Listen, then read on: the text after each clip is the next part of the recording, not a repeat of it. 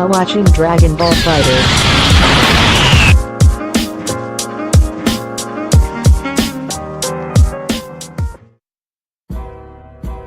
Hey, what's up to my space cowboys out there? It's Jude here, and today I wanted to go ahead and talk to you guys about some of the elements that they mentioned for story mode, the hub lobbies and whatnot on the latest stream for Dragon Ball FighterZ. And getting right into it, I'm going to go ahead and talk to you guys a little bit about story mode. So, for story mode, you're actually able to choose the team that you're going to be playing with, and you can actually choose them on the fly as well. So, during stream, they showed an example of them rescuing Yamcha. Pretty much you have to defeat Yamcha in story mode. And after defeating him, you can actually go to the edit team option in story mode and then choose Yamcha as one of your teammates. Now, that same thing applies to any of the teammates that you do rescue. So the next one was Yamcha, not Yamcha, Tien. And then I did also see a blackened Trunks or an evil Trunks, or however you want to say it, that maybe he needed to be rescued.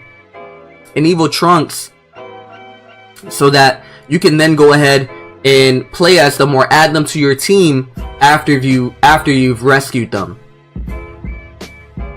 Now, from that same menu, you'll be able to view each character's entire move list. So let's say you do end up rescuing Trunks, but you've never played Trunks before. You can actually go ahead and take a look at all the moves that he has and the button inputs that you have to perform to get that specific move to come out, which is always nice when you don't have that character familiarity for yourself. You've never played with the character, so it is great to have that when you want to try someone out in story mode. Now, you can also look at the stacks of the characters that you have, at least for the character's build at that time.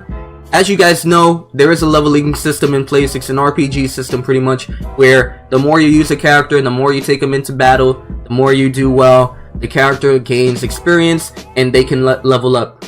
You can see this progress by the leveling number next to their profile. So, you know, you have characters that are level 2, you have characters that are level 3, and the more you play with the character, give you an example, if your main character that you want to use is Goku, the more you use Goku, the more you win with Goku, the better you do with Goku, the more experience points you gain, and the higher level he's going to go ahead and be. Now, moving past that, you can actually equip player active skills, and they gave us 3 examples. The first example is going to be that defense up, which it strengthens your defense. The next is key charge, where you start the match with a certain level of key charged, and the assist fill rate up, which increases the rate of, it actually increases the rate the assist gauge fills.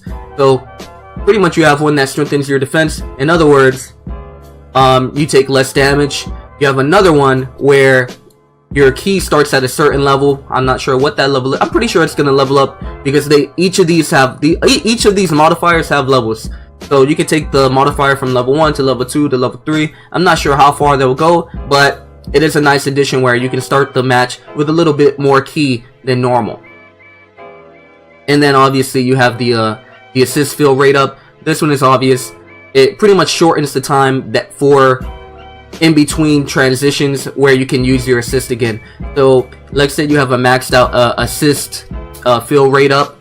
If you have that leveled up to its max, let's say you just use your Trunks assist, and then maybe a second later or 2 seconds later you'll be able to use them again because you do have that modifier equipped for you. Now, just to give you guys some insight on this, this is not something you can take outside of story mode. It's only canon to story mode. You can't go online. Don't get any wet dreams and funny ideas of jumping online with, I don't know how far the levels go, but level 100 assist gauge refills and key charges and defenses and whatnot, where you can go online with a broken team if you wanted to. It's not gonna happen. It's strictly tied to the story mode, so we can throw those funny ideas out of the window right now. Now, something else unique to the story mode is that you can actually roll over health. What that means is, let's say you finish a match with a quarter of your life gauge filled. The next battle you begin in story mode, your character is still gonna have that quarter of a life gauge.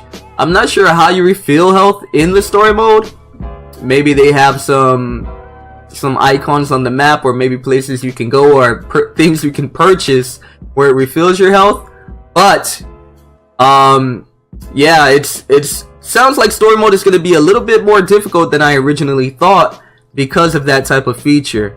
you can have some pretty close matches where you're about to die. Your opponent is about to get KO'd. You win. You start the next max where your opponent is going to be max health, but you only have that one little itty bit, that tiny ounce of health. You can end up in a pretty bad situation. So hopefully they release some more information on how we'll be able to go about refilling our health.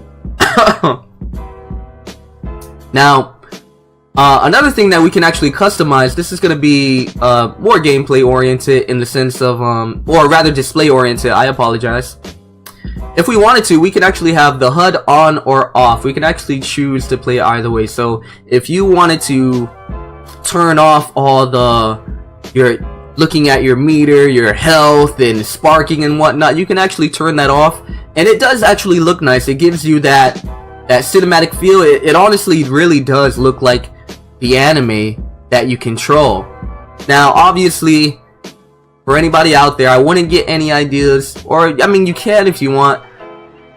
If you're gonna go online and play, I personally would not recommend playing with your HUD off. The HUD is a very important tool you use to gauge where you are at in the match and then where your opponent is at in the match.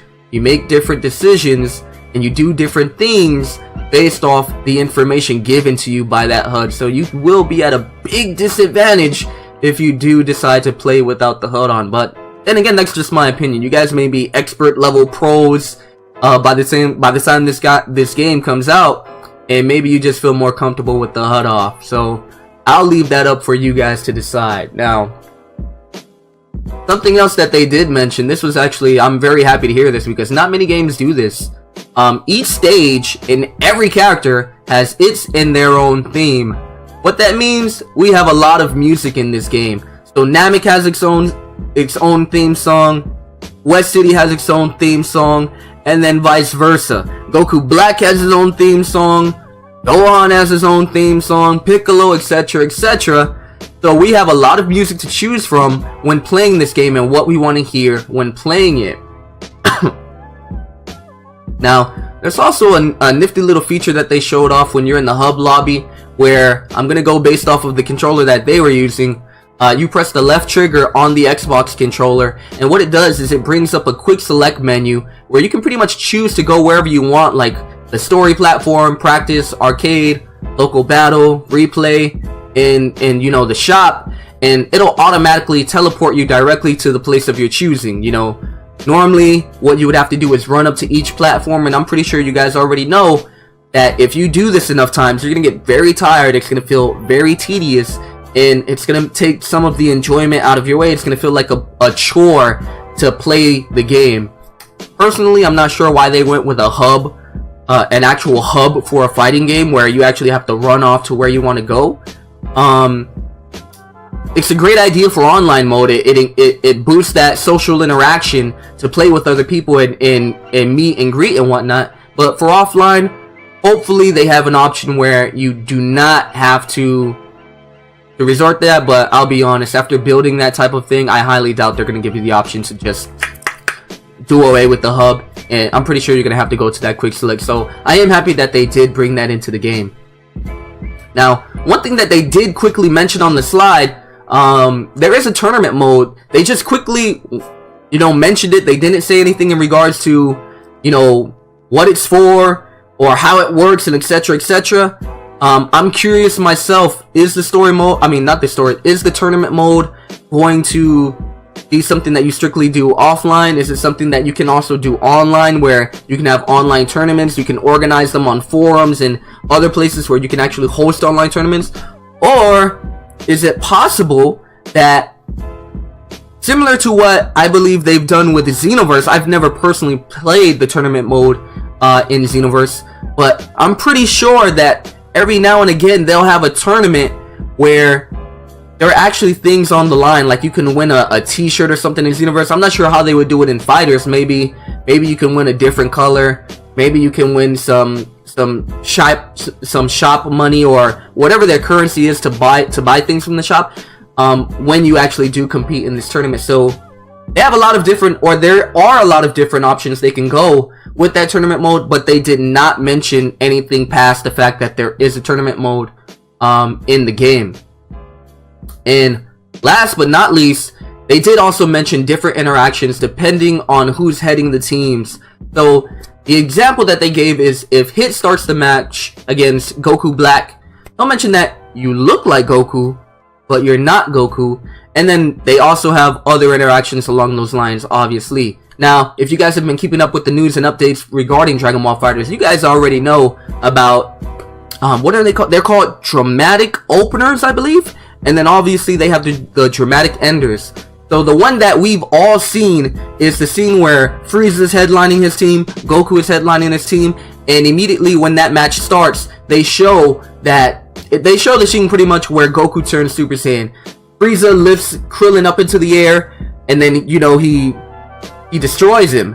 And immediately after that, Goku is enraged, and he turns Super Saiyan, and then the match begins. Now, the awesome thing about this is they also have an ender for it. So when the match ends, what happens is it's the ending scene where Goku finishes off Frieza, where he gives Frieza the opportunity to just make amends on his own, be done with the fight, go about his way, live his life. Goku is leaving, and Frieza can't handle the humiliation of that defeat.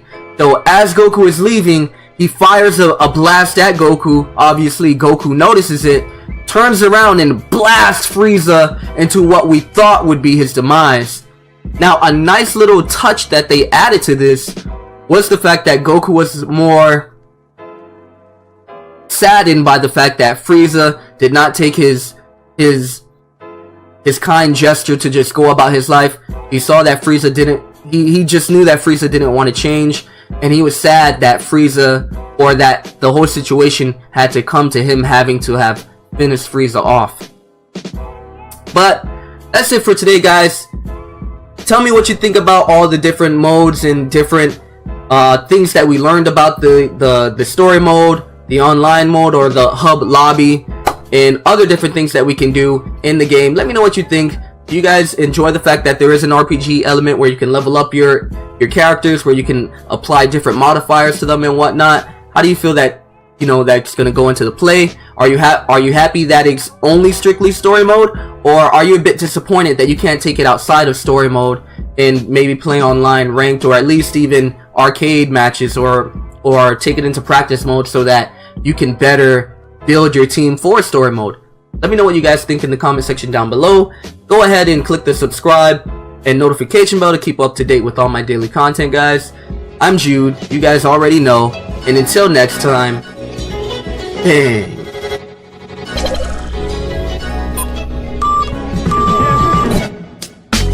Thank you for watching.